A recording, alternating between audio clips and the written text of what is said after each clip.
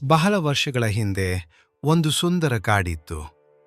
ಆ ಕಾಡಿನಲ್ಲಿ ಹಲವು ಪ್ರಾಣಿಗಳು ಸಂತೋಷದಿಂದ ಬದುಕುತ್ತಿದ್ದವು. ಆ ಕಾಡಿನ ಮಧ್ಯದಲ್ಲಿ ಒಂದು ದೊಡ್ಡ ಮರ ಇತ್ತು. ಆ ಮರದ ಬಳಿ 4 ಒಳ್ಳೆಯ ಸ್ನೇಹಿತರು ವಾಸಿಸುತ್ತಿದ್ದರು. ಕಾಗೆ, ಇಲಿ, ಆಮೆ ಮತ್ತು ಜಿಂಕೆ. ಈ 4 ಪ್ರಾಣಿಗಳು ತುಂಬಾ ಒಳ್ಳೆಯ ಸ್ನೇಹಿತರಾಗಿದ್ದವು. ಪ್ರತಿದಿನ ಅವು ಒಂದಾಗಿ ಕೂತು ಮಾತನಾಡುತ್ತಿದ್ದವು. ಒಂದು ದಿನ ಜಿಂಕೆ ಕಾಡಿನಲ್ಲಿ ಆಹಾರ ಹುಡುಕಲು ಹೊರಟಿತು. ಅದು ದೂರದಲ್ಲಿ ಹಸಿರು ಹುಲ್ಲನ್ನು ನೋಡಿತು. ಆದರೆ ಅಲ್ಲಿ ಬೇಟೆಗಾರನ ಬಲೆ ಇತ್ತು. ಅದನ್ನು ತಿಳಿಯದೆ ಜಿಂಕೆ ಹುಲ್ಲು ಮೇಯಲು ಹೋಯಿತು. ಅಕಸ್ಮಾತ್ ಜಿಂಕೆ ಬಲೆಗೆ ಸಿಕ್ಕಿ ಬಿದ್ದಿತು.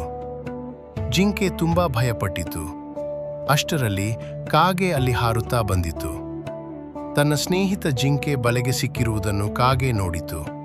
ಕಾಗೆ ತಕ್ಷಣ ಇಲಿಯನ್ನು ಕರೆಯಲು ಹಾರಿತು. ಇಲಿ ಬೇಗನೆ ಅಲ್ಲಿಗೆ ಓಡಿಕೊಂಡು ಬಂತು.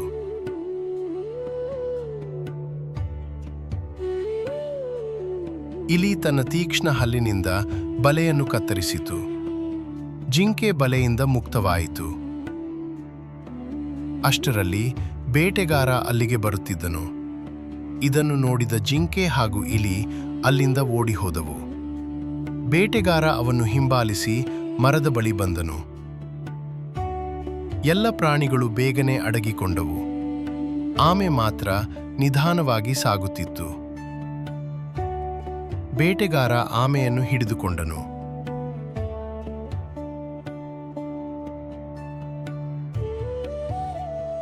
ಸ್ನೇಹಿತರು ಸೇರಿ ಮತ್ತೆ ಒಂದು ಯೋಜನೆ ಮಾಡಿದರು.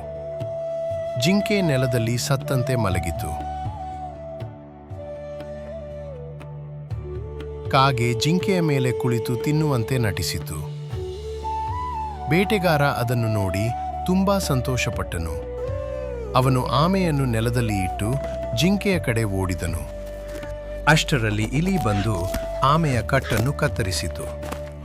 ಆಮೆ ನಿಧಾನವಾಗಿ ನೀರಿನ ಕಡೆಗೆ ಓಡಿತು. ಆಮೆ ನೀರನ್ನು ಸೇರಿದಾಗ ಜಿಂಕೆ ಓಡಿಹೋಯಿತು. ಕಾಗೆ ಕೂಡ ತಕ್ಷಣ ಆಕಾಶಕ್ಕೆ ಹಾರಿತು. ಬೇಟೆಗಾರ ನಿರಾಶೆ ಮತ್ತು ಸಿಟ್ಟಿನಿಂದ ಮನೆಯ ಕಡೆ ಹೊರಟನು. 4 ಸ್ನೇಹಿತರು ಮತ್ತೆ ಸೇರಿಕೊಂಡರು. ಸ್ನೇಹದಲ್ಲಿ ಒಗ್ಗಟ್ಟು ಇದ್ದರೆ ಎಷ್ಟೇ ದೊಡ್ಡ ಅಪಾಯವಾದರೂ ಅದನ್ನು ಸುಲಭವಾಗಿ ಜಯಿಸಬಹುದು. Like, share and follow us for more content.